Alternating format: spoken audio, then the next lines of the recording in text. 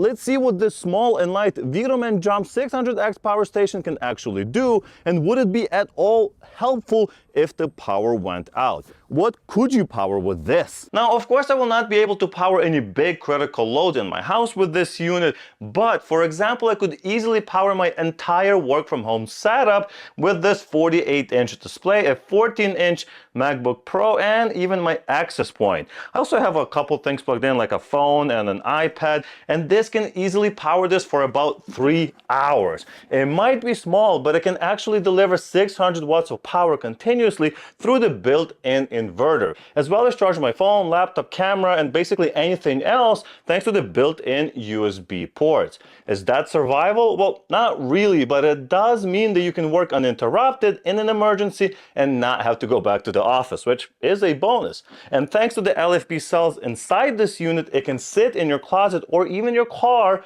unused for months and then provide emergency power when needed. You can even run a small electrical heater off of this on a low setting for probably like half an hour or so. This is a pretty small one, which is what I wanted because I'm going to take it camping and things like that. But it does have basically 300 watt hours of energy storage. It has a 600 watt output. So the model is PB20. The battery type is lithium iron phosphate, which is my preferred battery type for these type of things. That means it will store really well and there's no danger of it catching fire, which is very important for me. It does have a DC input of 12 to 30 volts of 100 watts max. But of course, you don't have to use solar or anything like that. It can just be the standard DC input. We also have AC output. So this is 2 receptacles totaling 600 watts, peak of 1200.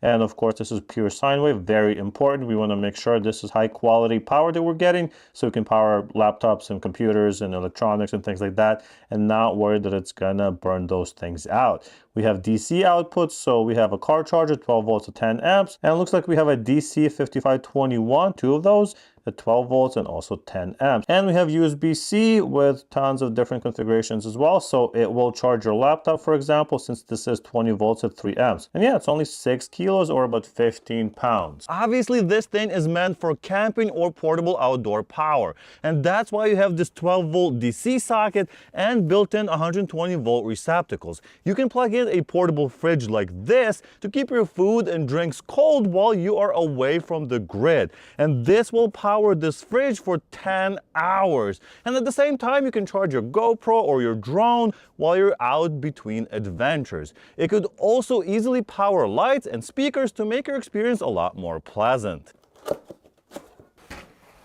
Really well packed. Look at all that nice packaging in here. We got a couple of boxes.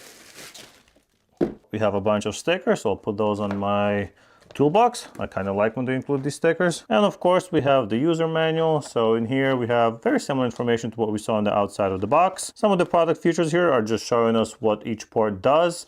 Always nice to see, so it's easier to identify. And this is how long it would actually take for it to charge. So with a solar panel, 3.5 to 4.5 hours.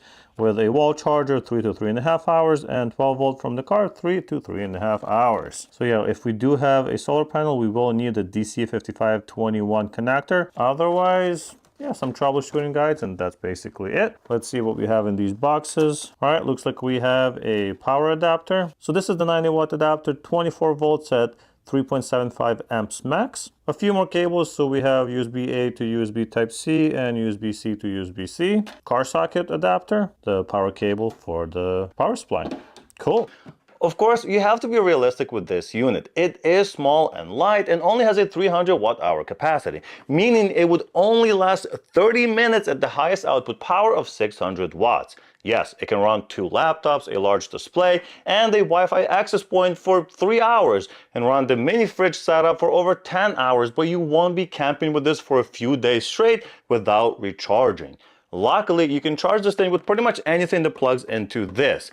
You can charge it from the wall, in the car, or from a portable and foldable solar panel. If your load would still exceed the 300 watt hour capacity, you can get an extra battery and triple the storage amount, but that could get expensive. Let's just take a closer look at this unit. One thing that I didn't know this had is that it can jumpstart a car. Jumper cable capability, that's awesome. We have another connector on this side, AC receptacles right here, all our USB ports right there, and the DC output as well. And the only input is actually just right here, DC input. Of course, we can get different adapters for your solar and whatever else you want to use it to charge this unit. I really also like this handle, so it's easy to pick up. It's not very heavy. Let's check out this light. Oh, look at that. And this is using 2 watts. Much brighter, even more brighter, 10 watts. Ooh, flashing. Cool. Let's take a minute to discuss output and power limits of this device. To do so, I decided to run a torture test by plugging in this resistive heater, which will use about 650 watts of power continuously. I'm also charging my phone at the same time. As mentioned earlier, this unit is rated for 600 watts, so we are really pushing it hard and making it run at like 110% capacity. Let's see how long it will last. Of course, I didn't really have to do this test as the math is really easy here. The runtime will be battery capacity, which is 300 watt hours, divided by the device power, which is about 650 watts. Which means if there were no inefficiencies, theoretically this would run for 27 minutes.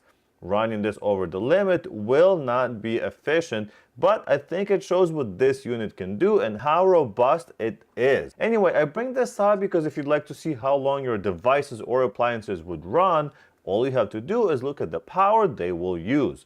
For example, a 50-watt LED light will run for almost 6 hours. A laptop that uses 60 watts on average will run for about 5 hours. And a 600-watt load will only run for under 30 minutes before the power station needs a recharge. If you're wondering, yes, you can charge this unit at the same time as powering other devices as it has a pass-through built in. I have also tested overcurrent protection by running the heater on full, and it seems that the battery management system will temporarily allow higher current draw and then cut the power down to about 650 watts. There you have it. VTOMAN's built-in protection kicked in before it could fry itself. This works fine for resistive heater, but I wouldn't recommend plugging in any sensitive electronics that might draw over 600 watts, as the voltage may drop at those higher loads. Anyway, after using this VTOMAN Jump 600X for a few days, I can say that this may not be something I will be using daily, but I will have it fully charged and ready to go in emergencies, whenever we go camping, to the park, and every time we go on a road trip. I'll just have to get those jumper cables so I can start the car as well. I would say this is also a good way to get into backup and solar power. You can get a cheap solar panel on Facebook Marketplace and start generating free electricity on a device that has everything built in. So if you're looking for a portable, lightweight, versatile power station that can power your sensitive electronics when needed, I think this is a great choice.